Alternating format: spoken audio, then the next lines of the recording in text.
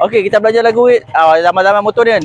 Ku jejak jalan yang berliku, membara jiwaku, memburu impian.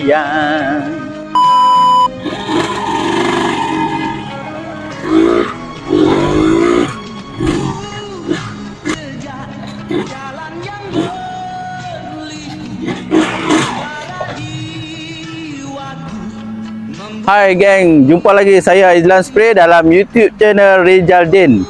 Okey, hari ni kita nak review sebuah Suzuki Panther convert Panther Gamma. Ni asal dia Panther, jadi kita convert jadi Panther Gamma. Panther Gamma dia beza dia tank dia gemuk sikit kan. Lepas tu ni ekor dia gemuk sikit. Kalau Panther biasa dia kurus sikit. Okey, motor ni dia keluaran dia lebih kurang tahun 94 tak salah saya.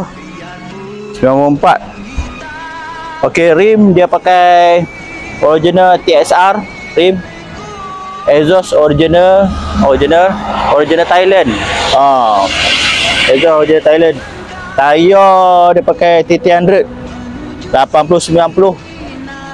Depan pun 80-90. Okey. Exhaust engine pun semua original.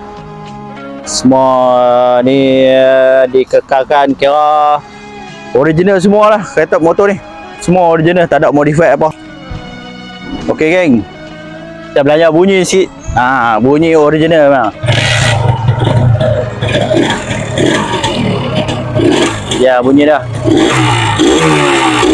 Memang standard kedai memang bunyi.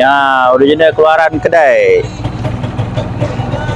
Value dia lebih kurang tengok condition lah, ada yang 7,000 lebih, ada yang condition low sikit 5 lebih, dia 5,000 ke atas dah. Dia motor ni dia orang tahu biasalah motor lama kan, market dia koinet macam tu lah. Kecuali orang tu nak guna duit, dia akan jual murah-murah motor ni. Jadi hak ni saya beli dulu lebih kurang dalam 7,800 macam tu lah saya beli. Macam ni keadaan dia motor. Semua original lagi lah. Sedap lah naik. Kira maintain 14, 15 atas highway tu kira boleh lah. Sedap lah motor ni kan.